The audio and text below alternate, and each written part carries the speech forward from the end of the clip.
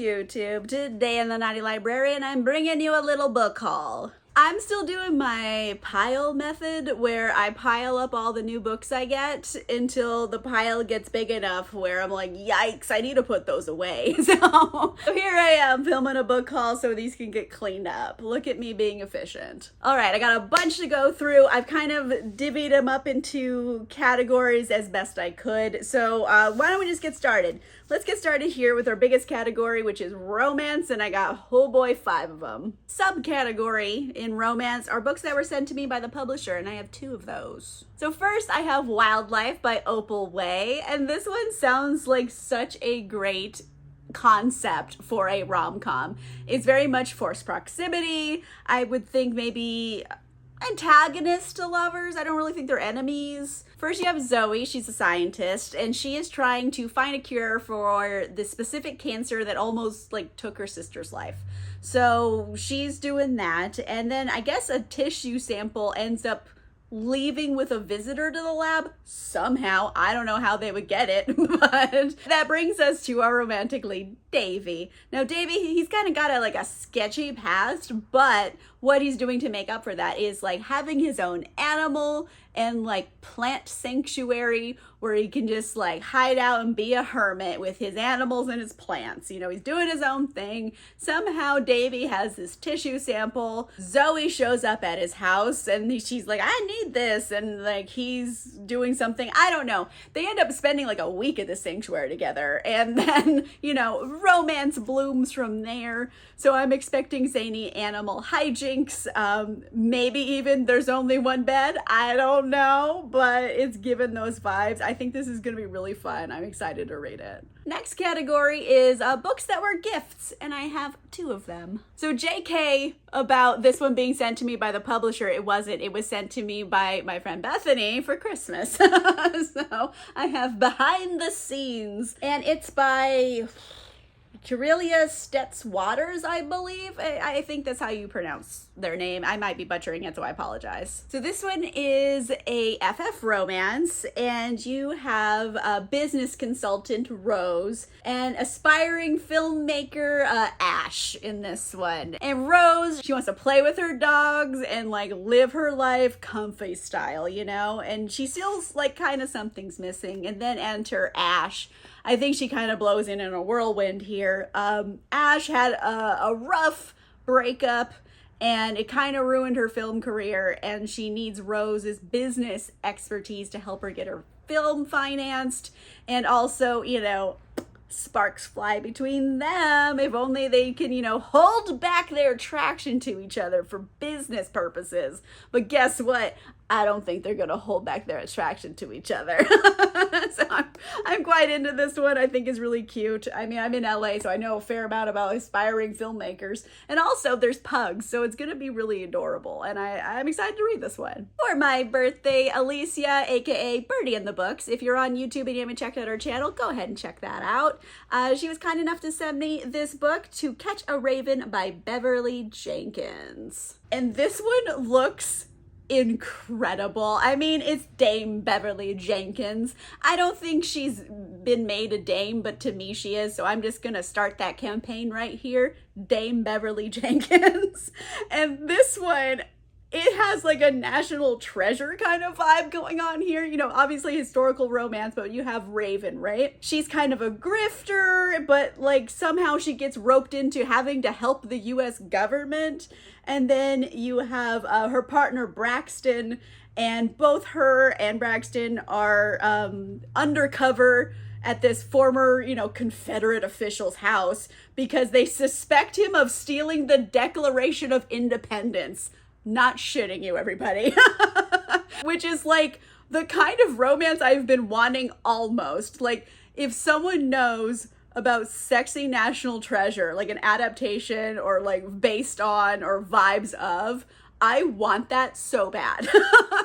So this one at least is adjacent to that, but I mean, it's Dame Beverly Jenkins. I'm probably gonna love it. So thank you very much, Alicia. You are a doll for sending me those. And last up, I got these just two big boys from Book of the Month Club. They're both romances, though. I got A Winter in New York by Josie Silver. I feel like this is Christmassy, maybe. At least it's winter vibes, so I probably won't be reading this until probably winter when it comes again. I mean, technically, it's still winter for a couple more weeks, but like winter schminter, it's gonna wait till like next like December. So this is just rom-com gold, essentially. You have Iris and Geo. Iris moves to New York to like get her life started, and eventually she meets this guy named Geo. He owns like this gelato shop. His uncle is the only person in the world that knows the family's like secret gelato recipe. And he's recently had a stroke, so he cannot tell people how to make it. And the secret's locked in his head, and they're like, we can't make any more gelato. We're going to lose our store. Iris gives it a taste, and she goes, wait a minute. This is the same as my secret gelato recipe. What is going on here? Why would your uncle and my mom have the same recipe? So there's like pasts being intertwined here on like a magical winter in New York filled with gelato, which is not really typically a winter food, but here we are. So yeah, I think it's gonna be really kind of silly, fun rom-com gold. Waiting till like the end of the year probably to tackle this one. And I also got Butcher and Blackbird by Bryn Weaver. And at the time I am filming this video, I have already read it and I loved it. I have already pre-ordered book 2.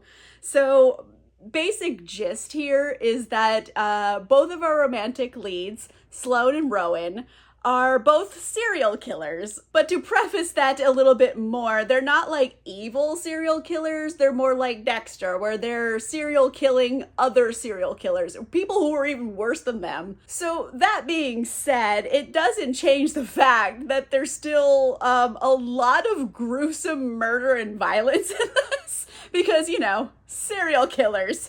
So check trigger warnings if you need them, but this gets really like, wow, gallows humor intense, because it's also strangely a really sweet romance, but also covered in mayhem. So there you go. I really liked it. I think check it out if it's your vibe. Next category is sci-fi, fantasy, thriller, what have you. Basically all the other genres, all of them right there. I got The Resort by Sarah Oakes. And this one seems really kind of twisty-turny interesting, because I haven't read anything by Sarah Oakes before. And this is definitely like murder, mystery, thriller kind of a thing.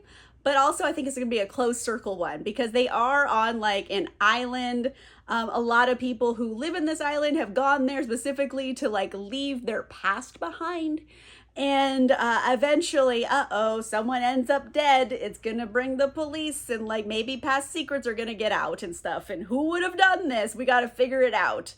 And yeah, that's basically the gist of it. I don't know much more about it. However, I like the idea that like all of the characters in this book are lying about something going into it. So like how, you know, reliable of a narrator are they going to be? I'm not sure, but it's definitely a twisty-turny murder mystery, and I'm like way into it. So I am intrigued and looking forward to reading this one. Sent to me by the publisher is Fiasco by Constance Fay. This is the sequel to Calamity, which I have on deck for April because we're doing it for the Blades and Bodice Rippers book club.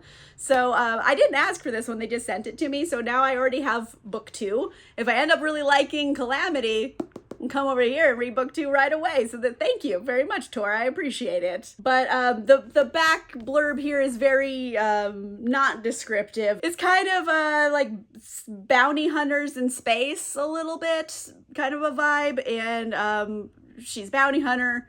The guy with the bounty on him and her like have a thing, and then like, am I gonna turn him in or I'm gonna keep him? I don't know. One of those probably. it's very not specific, and I haven't read the first book, so I'm grasping at straws here. But I know 3 things. It's bounty hunters, it's space, and it's romance. So there you go. That's enough to go off of. Also, my pre-order came in for 50 Beasts to Break Your Heart by Jenna Rose Nethercott. Now, Jenna Rose Nethercott is an auto by author for me. She only had one other book called Thistlefoot come out, but I loved that book so much that whatever this author puts out, I'm going to buy. And at the time of filming this, I have already read 50 Beasts to Break Your Heart, and I liked it, so I'm like, sealed the deal. Definitely gonna stay an auto by author for me. So 50 Beasts is actually a short story collection. So there's a bunch of little stories in here that are eerie and creepy, and you have to kind of piece them together because nothing's really always clear. Sometimes things are a bit opaque on purpose. So if you like kind of mysterious things, you like eerie stuff, folklore, that kind of vibe,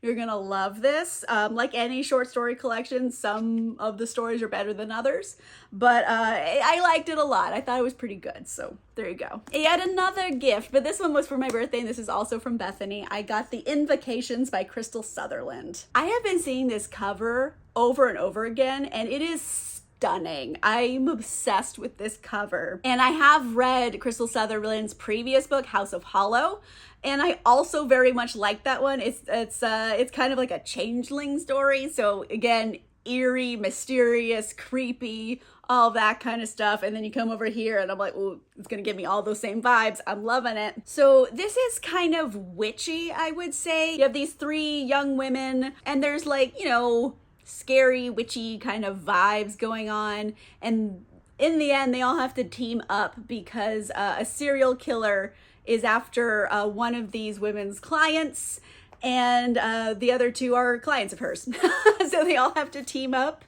I think there's going to be witchcraft in it and like eerie stuff, and also stopping a serial killer from murdering them. So the stakes are very high, and this cover is stunning, and I've been wanting to read this very badly. Last category is mangas and assorted. So here we are. I've got the latest release in the Villains Are Destined to Die series. And I don't know why I like this series so much. It's very repetitive, if I'm being honest, but like I'm still obsessed with it.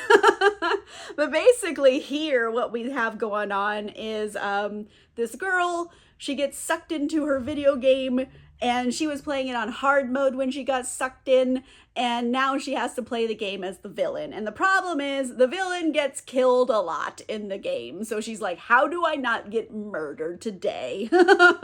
So it's kind of her trials and tribulations, and also it's like a romance game, so you have to find like, you know, your love interest and stuff, but she's like, okay, which love interest is least likely to murder me? So it's a little bit like sarcastic gallows humor. Maybe that's why I like it so much. But yeah, I have book 5, so I feel like I'm pretty established in the story at this point. I also got volume 2 of The Remarried Empress. And mainly I got this one because the first one had such a cliffhanger, and there was all these little pieces in the story that they just never explained. Like the main love interest in here, he just turns into a bird sometimes. And like, why? Why is he a bird? No one addressed it in the first one. So I'm like, okay, I need more details. Let's go round 2. So I have it. Hopefully here he is as a bird. I want to figure out what Birdman's like deal is. Last up, I have Christmas with O. Henry, and not surprisingly at all, I got it around Christmas time because I'm a premium member at Barnes & Noble, and they gave it to me for free. So I think it's just like a little Christmas story, although I think it might be like short stories. Yeah, there's definitely multiple stories. One's called The Gift of the Magi, and then the other one is Whistling Dick's Christmas Stocking. Genuinely, I hadn't opened this until right now to see Whistling Dick's Christmas Stocking, which is like the best name for a short story or a porno. either one, it works. So yeah, just a little Christmas book I got for free from Barnes & Noble. Okay, so that was all the books I have in the pile right now. A lot of them I'm super pumped about. Obviously, they're in the pile, but some of them are like a little bit outside of my comfort zone. Some of them were sent to me by friends and or the publisher. So there's some grab bag mystery items in here where I don't necessarily know everything about them, but I am excited to dive into these. Let me know in the comments down below, what's the last out of your comfort zone book that you read? What is it? Let me know in the comments down below. If you like this video, make sure you give it a like. If you want to see more videos, make sure you subscribe. And if you want cool exclusive content, including early access to videos and a book club, you can consider becoming a channel member or a patron. Links for that are in the description down below. And on that note, I'll see you guys soon. Goodbye.